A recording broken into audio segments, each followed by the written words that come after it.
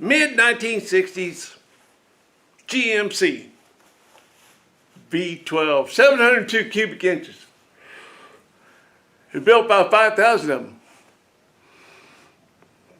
And everybody reckons, those people who reckon, they reckon that there's about 200 of them left in the United States. Well, I don't know, maybe around the world. 200 in captivity that we know of. Yeah, so we can all want them. Wonder if it'll ever run again. 702 cubic inches, V12. Huh, wow. 275 horse, not a lot. 630 foot-pounds of torque at 1,600 RPMs. Pull your house right off the foundation at idle. But will this one? Will it ever run again? Let's get into it. You know, I'm not a mechanic, and I'm not a car builder. I'm just an old redneck having a good time banging around on this rusty old iron. So buckle up and hang on. Let's see what's going to happen next around here. And we're going to shoot over and pick up old Waylon wire over there. He does some cool stuff.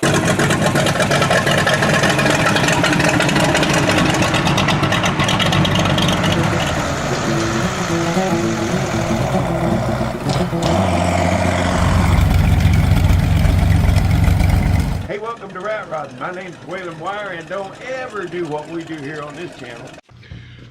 Okay, before we dive into this video, let's kind of collect our thoughts here a little bit and examine a couple of things and talk about a couple of things. You know, remember when you was in kindergarten, you had these little questions about which picture does not belong and which two are not alike, and well, some of my more astute viewers noticed, as I did, these pistons are not the same. This piston that came out is a dome piston, which has this protrusion right here. It's kind of a oval shape. Well, I don't know what shape that is. It's not exactly oval. Anyway, that protrudes up into the combustion chamber, giving it a little more compression, I expect, because these engines started out at 7.5 to 1 compression ratio. Pretty low. And I don't know if this piston is a later model than this one. They're both standard bore. This one came out of the two blocks that a friend in Missouri has, Tony. He picked them up when he was here one spring and took them back, and they tore one down, and boy, that's a pretty good video. I think it might be his last video, next to last. But it's interesting to see the inside, see the guts of that 702, and what good condition the mains are in. Same with this one. The rod bearings look brand new in this thing because it just kind of idles its whole life. You know, it doesn't get over 2,000 RPM. Anyway, as I said, some astute viewers noticed the difference in these pistons. So now this piston may have come from an earlier model, because they built this engine 1963-66, and then 67 they came out with a 637 cubic inch V8 that replaced the V12 in their fire trucks and their heavy trucks and such. So I don't know if this was if all the pistons were replaced in this engine to increase the compression ratio, maybe. Or if this is just a later model year that they did this. It's possible.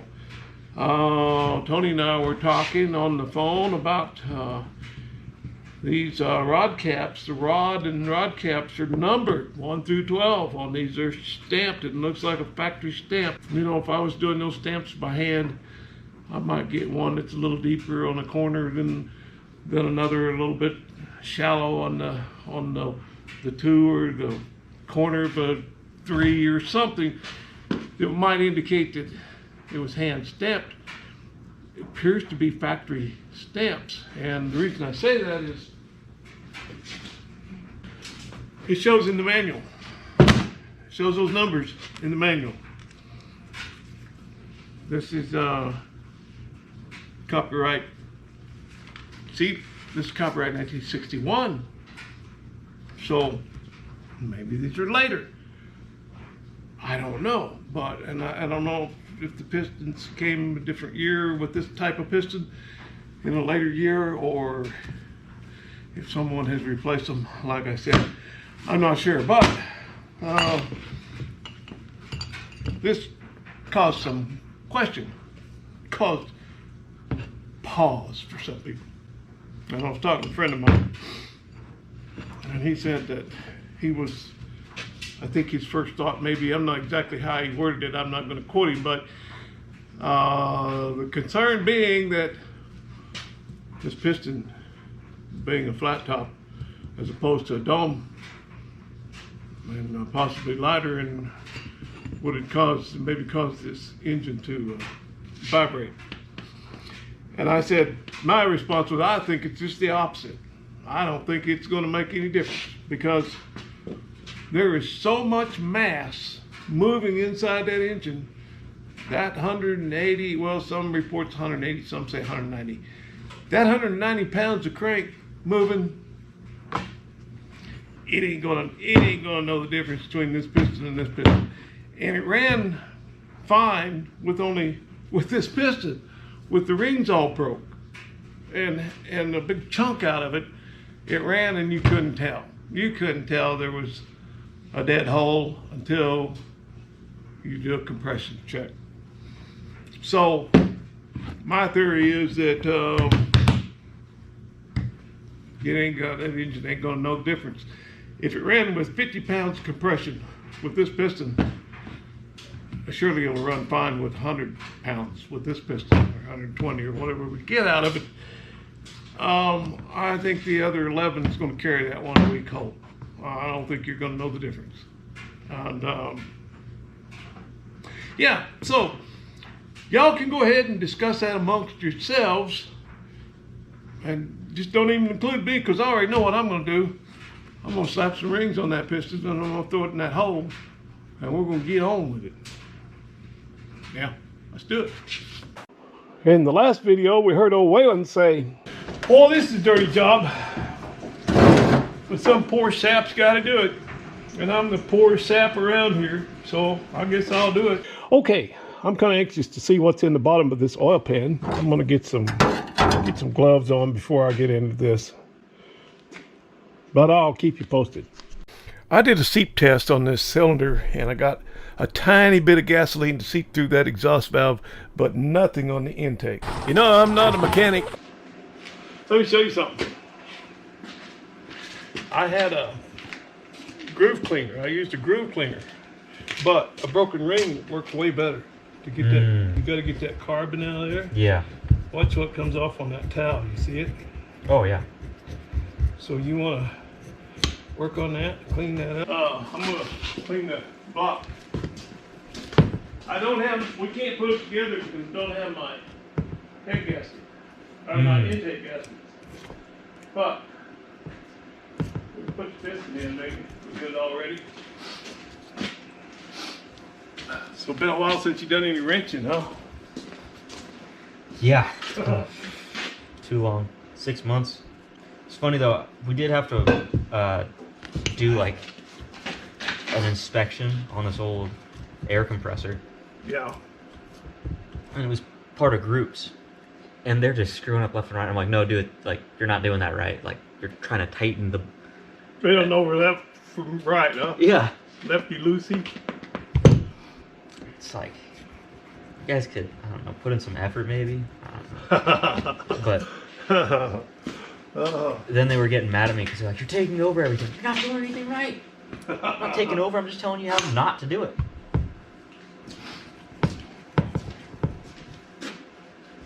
Trying to figure out how a part goes on. It's like, maybe it's the one that's shaped like it should go in there. It's a crazy thought. Well, you don't want to turn them all against you. Yeah, no. Well, we leveled up the rings in the cylinder and checked the end gap. Then we installed the rings on the piston, making sure to turn the rings so that none of the end gaps lined up on the piston.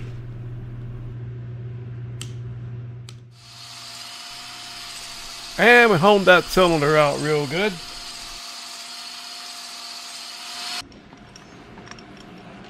It had little pieces of aluminum from the piston Scraping against the welded side. to the side. It was stuck. Welded. Well, my friend in Portland, machinist, he said, we can't weld aluminum to metal, to iron, but that engine can. He told me there's going to be aluminum welded to the side of that piston wall. And he was right, but you got it out. Yeah. I just wish we could get rid of that little groove right there. I think we need to try. We finished up using a ball hone on that cylinder too.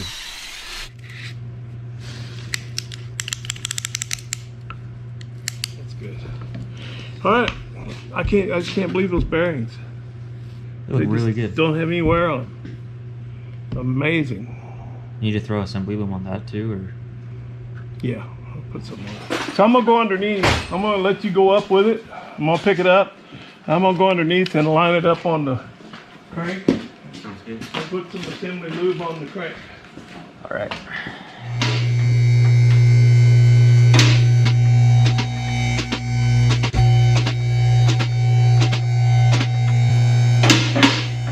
Okay, don't fall off. I won't. Whoa, whoa. Coming. Some lube in that Yeah. bearing. Okay, number 10, there you go.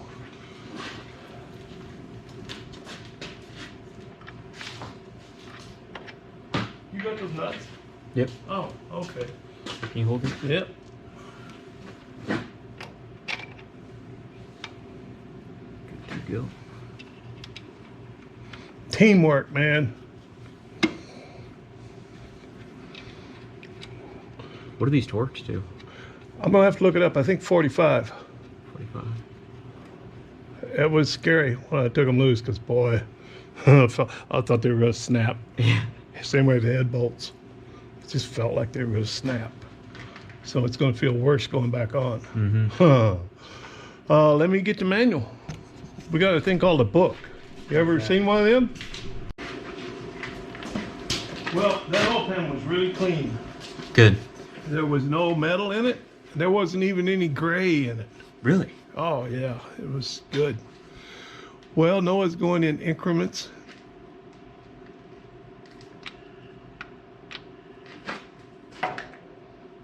Could do a little on the other one.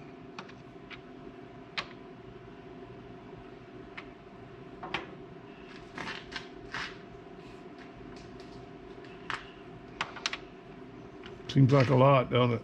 Yeah, it does.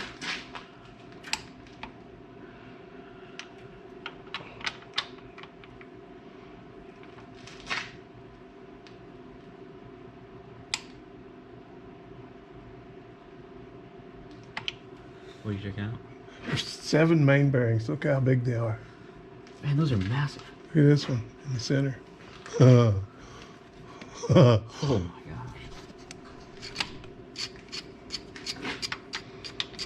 I should have had this done.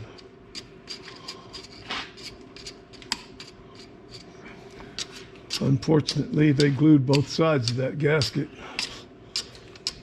They glued both sides? Yeah.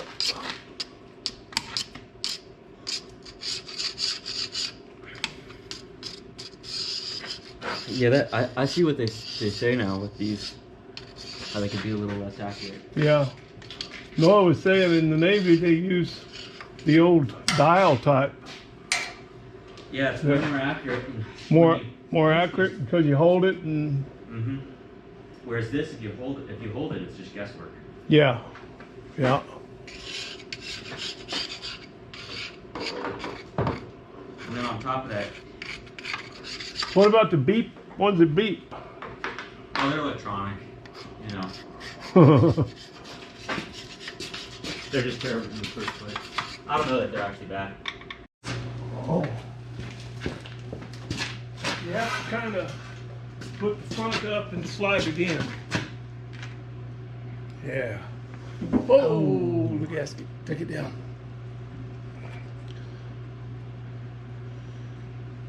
I don't know why it's not going up. It's hitting something. That's lined up, right? Yeah, appears to be, but I don't have Oh. bolts in it yet. Oh, here. There it went. You move your hind foot a little bit. Up. I can't get it. When I was a young man,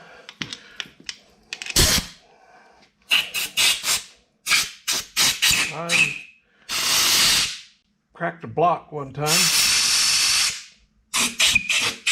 An old 283, I think it was. Because I didn't get the holes blown out real good where the head bolts go. There was some water in the bottom of one of those holes. And the hydraulics cracked the block when I tightened that bolt down.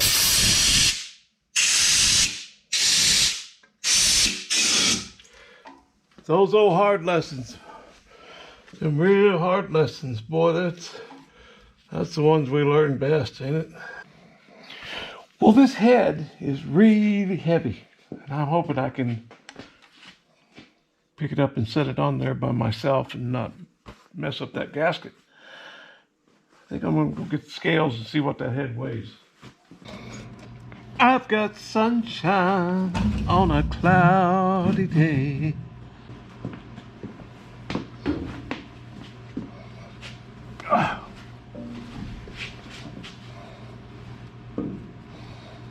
Okay. We gotta find some dowel pins.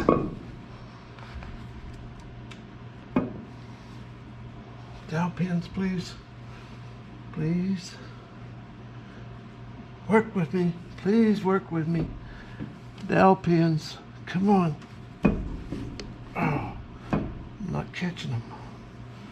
I'm not getting them. Okay. Okay.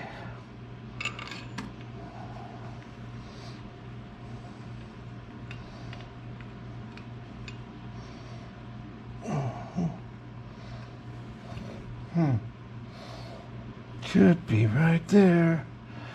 Here we go. There we go. There's the dowel pin. Okay, got him. I got him.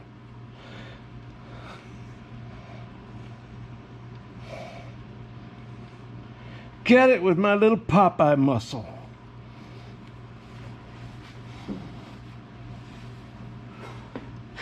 Who killed Cock Robin? I saw him die with my little eye, said the fly. Well, my friend Bear, my machinist friend down in Portland, he said just put a little oil on these threads. The old bolts had, the ones I took out, well, these, not the old bolts, these bolts that I took out. I cleaned them really good, but they had some thread dope on them. Either some thread dope or some anti-seize, I don't know. But yeah, he said he just used a little motor oil, so good enough for old Bear. Bear Butler, check him out on YouTube. He's got a lot of YouTube shorts. He likes doing them shorts.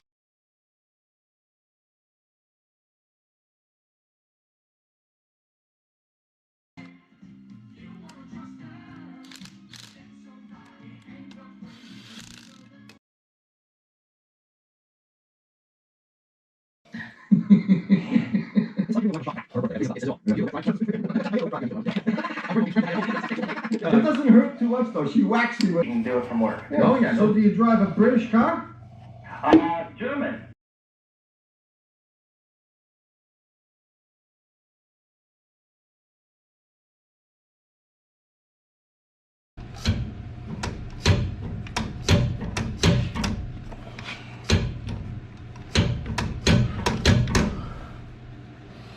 Well, not too many parts left over. I got one. I'm gonna put these springs on the carburetor. I figured that out, but I've got one thing, one part left over. You know, and that's not a problem. Having parts left over, that's no big deal. It's when you don't have enough, that's when you're in trouble. Well, I think this thing is kind of partially put back together. You throw some oil in it and some water. Haven't done that. And I'm setting the timing on this thing now. That's a whole nother video. This thing is critical and crucial. Y'all know we got two distributor caps, and it's one distributor shaft right here. It drives two rotors in there. So that's a whole nother video, because we got to really pay attention, and I want to do that because that could be why we burnt one piston. We had some pre-detonation going on. We had something going on, and I know that well, I think that the timing is not quite right. Can you see the tip of my screwdriver? Can you see that bolt right there? The distributor cap. There, that's even getting better. Now, it's turned all the way as far as it can this way. That's pulled around as far as it'll go, and that distributor cap is hitting this bolt right here. So that's not right. We need to have some adjustment there, and to set the timing on this thing is quite a process, and I'll show it all to you. Like I said, that's a whole nother video, because what you have to do is time one side of this thing at a time. Down in here, right there, is the pointer, and there's some timing marks on there. I can see them, I can't read them, but I need to clean them up. But that's a real big old long sharp pointer, and that's you time that, time the left bank with that pointer and turning the distributor shaft like you normally would. Then you have to time the other side with the points. There's I believe there's a cam screw. I'm gonna have to read this again, but it's in the manual over there.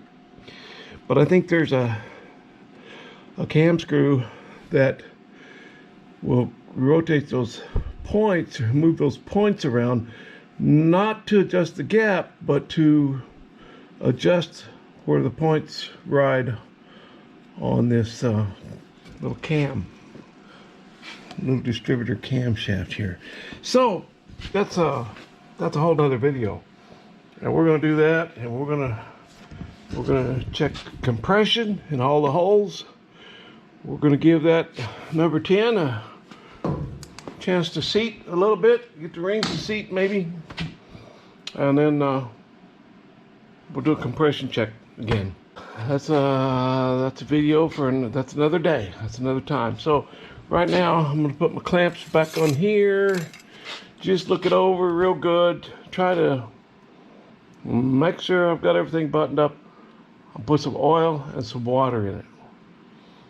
So I think that's the next move. Just strain a little out of there. Not asking for much.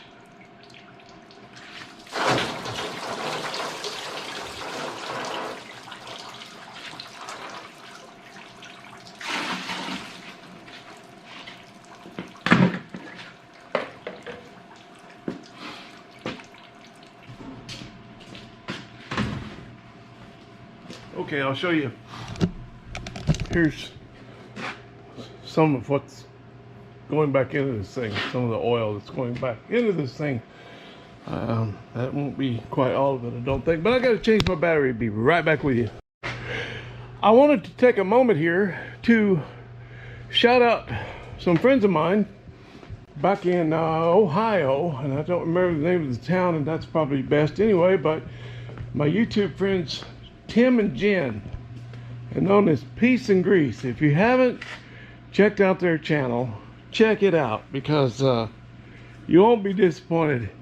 He's building a big cab over rig right now with two big 454 big blocks sitting side by side right behind the cab, and then he's got a big boom set up, two booms actually, one on each side. It'll swing all the way around, and you can pull those engines and swing it all the way around and clear to the back and set it down. And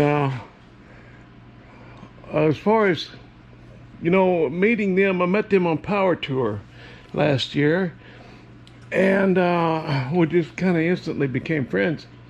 That's how I felt about it anyway. But so now I've had time to watch him a little bit, and the more I watch Tim, the more I like him.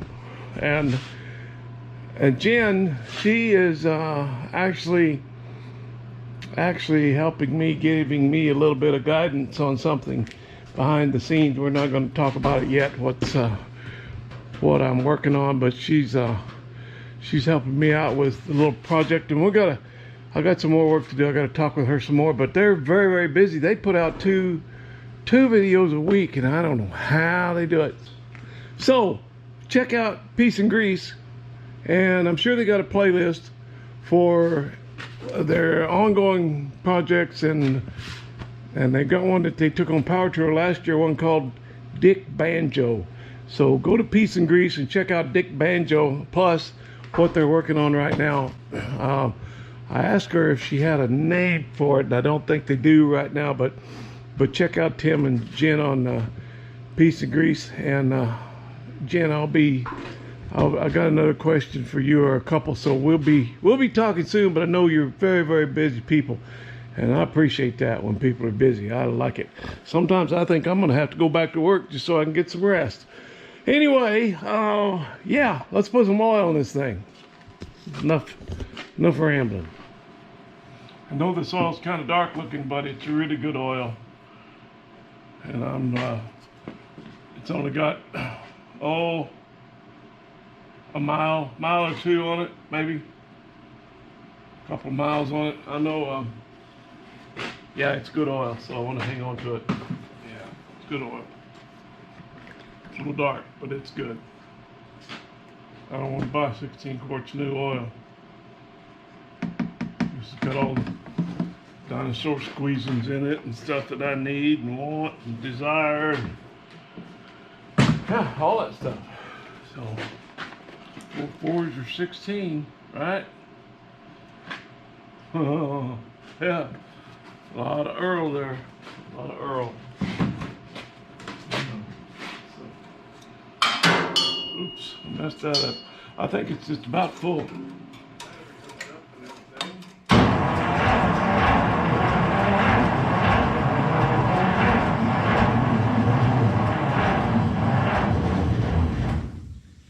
Yeah, we need to put battery charger on it. Let's do that. Real cream, little dabble do ya. All right. Where's my stuff? Here we go. Here we go.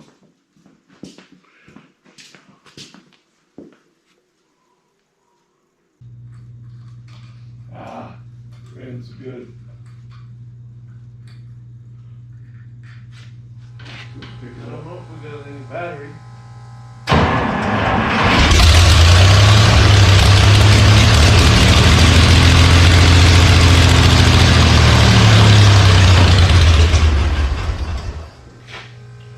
Well, I think I ran out of fuel.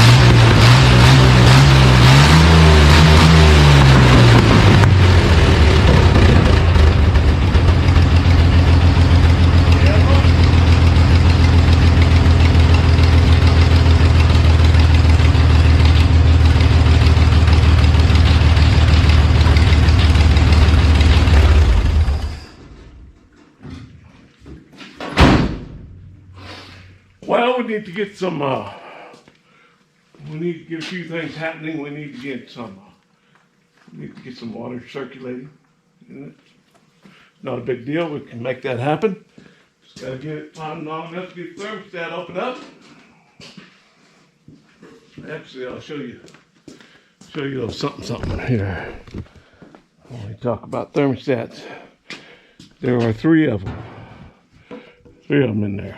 Looks like a big old gorilla gonad sack, but there's three thermostats in there.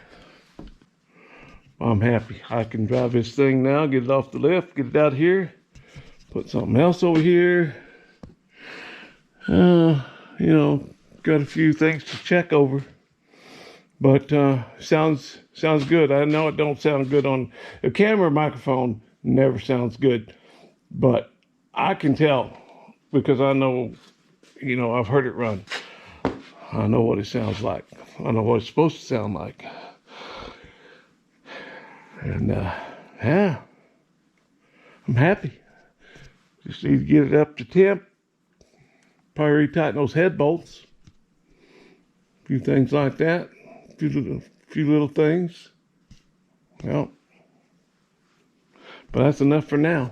All right, fellers and fellerettes, that's a wrap on another one. This is video number 2608 here on Whalen Wire's Old Iron. Just purchased my tickets for Power Tour. I hope to see some of you out there. A whole bunch of you came out last year at Power Tour, and that was a lot of fun to meet you guys. Kicks off at Route 66 Raceway in Joliet, Illinois. Day 2, it's going to be in Rantoul, Illinois. Rantoul. Never heard of that one. The Day 3, June 10th, it's going to be in St. Louis, Missouri. Worldwide Technology Raceway. Day 4, June the 11th, Missouri State University, Springfield, Missouri. And day 5 is June the 12th in Tulsa Raceway Park, Tulsa, Oklahoma. So June the 8th through the 12th. And those are the dates and those are the locations. I hope to see you out there. I don't even know what's coming up next here on this channel, but boy, it's going to be something, ain't it? All right, we'll see you soon right back here on Whalen Wire's Old Iron Show. Do appreciate you.